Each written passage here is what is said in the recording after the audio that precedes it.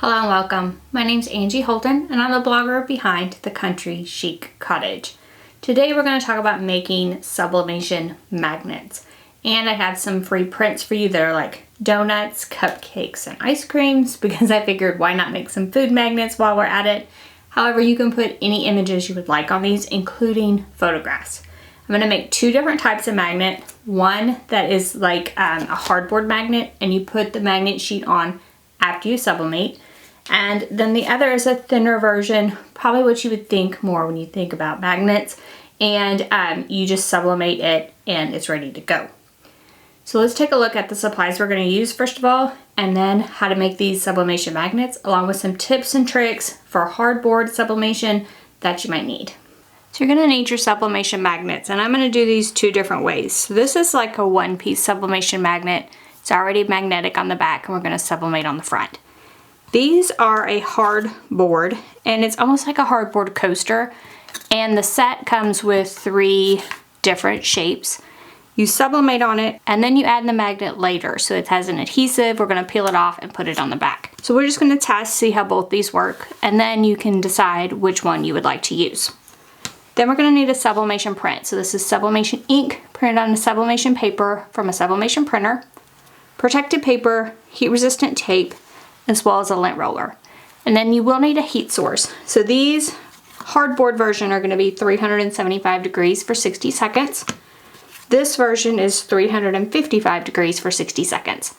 Now I got my time and temperature from the listing for the magnets. So if you purchase different magnets, you want to be sure to check the listing for the instructions. I will link to all the supplies I'm using in the description below this video. So head there for the link to the magnets, as well as these free sublimation prints. So I have donuts, cupcakes, and some ice cream cones to make some cute magnets. You can print whatever you would like, including photos, with your sublimation printer to put on these magnets. I'm just using these for illustration purposes. I am going to use my Easy Press to press these, but you could use a heat press as well. I like to use a firm heat resistant mat when pressing for sublimation. I don't like to use my Easy Press mat, so I will link to this heat resistant mat as well that I'm going to be using. And I'm going to use my 9x9 Easy Press. So I do want to pre-press these, especially the hardboard, to remove any moisture. The first thing we're going to need to do is to remove the protective film. So they do have a protective film over them. So I'm just going to peel the protective coating off each of these. Now this is only the hardboard version. The other version does not have a protective film. You always want to check to see if something has a protective film before you get started. I find that hardboard has a ton of moisture, which is why most people have trouble when sublimating them. So we are going to preheat this for a while. So I am removing that protective film, and then I'm going to cover those up just in case. Add my Easy Press, and this is set for 375 degrees for 60 seconds. I'm just going to let it sit here for the full 60 seconds to get as much moisture out as possible. You might notice some steam, you might notice some moisture once you pull the Easy Press off. I actually pre-pressed at 375 degrees for 120 seconds, so I pre-pressed it twice. The pre-press will make your sublimation way better in the long run. I will note I have this other version to the side over here. They're way different in thickness, so I want to pre-press those separately. Plus they're not a hardboard, so I can probably just pre-press those for a few seconds. Alright, so I'm going to remove the Easy Press, and I'm going to set these aside. And I do see some moisture, so I'm really glad I did that. And now I need to let these cool completely before I add my sublimation print.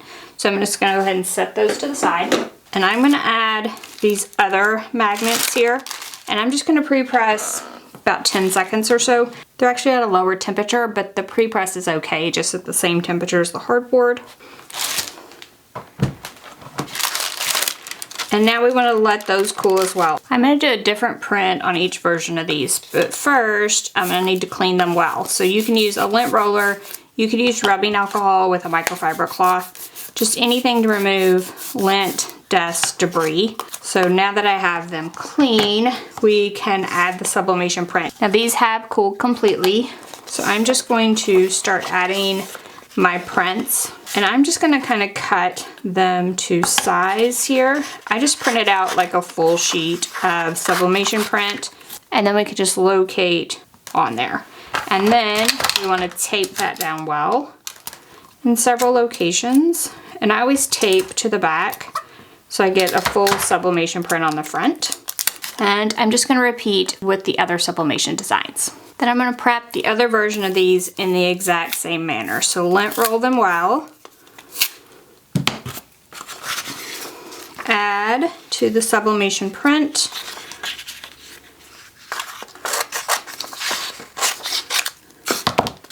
Then tape into place. So I'm going to go ahead and prepare 3 of those as well to press. So I'm pressing at 375 degrees for 60 seconds, and I'm using very firm pressure. So I'm using as firm of a pressure as I can put with my easy press. If you're using a traditional heat press, probably like a medium pressure would work here. So now I have some examples to show you, good and bad. So first of all, this one that already has the magnet on the back. All 3 of these that I did look amazing. Now, I did these a couple different times, and I did get some ghosting on one of those. And that's when I just used like a light pressure. So I do think medium to firm pressure works best with these. And I did want to note that I did pre-press this version for a little too long, a little too hot, and I don't know if you can tell, but the coating definitely bubbled up. So be careful with that pre-press. Then for the hardboard version, these 2 turned out amazing. This one is still ghosting just a little bit. However, before I did the long pre-press as well as the firm pressure, I was getting something that looked like this. So it definitely looks a ton better. It's much brighter, and there's no ghosting on this donut version at all.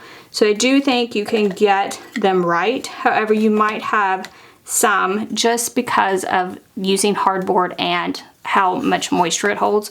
You may have some that don't turn out. So just be aware of that. You can even do like a longer pre-press if you would like, just to remove as much moisture as possible out of the blanks. Otherwise, I'm extremely happy with these 2. A little bit of ghosting on this one, but it doesn't completely ruin the magnet itself. We do need to finish these off. So just peel back the liner from the adhesive on the back of this magnet, and then you'll have to line these 2 up. The magnet is a little smaller, which is nice, and then just press it into place. And then these are done. So these are ready for your refrigerator. This version is ready as soon as you sublimate it. So hopefully this helps you learn a little bit about making sublimation magnets. So hopefully with the tips and tricks that I've shared, you will be successful at making sublimation magnets or any other like hardboard sublimation project you're gonna make. So the same things we talked about with these hardboard sublimation magnets would apply to like an MDF hardboard coaster.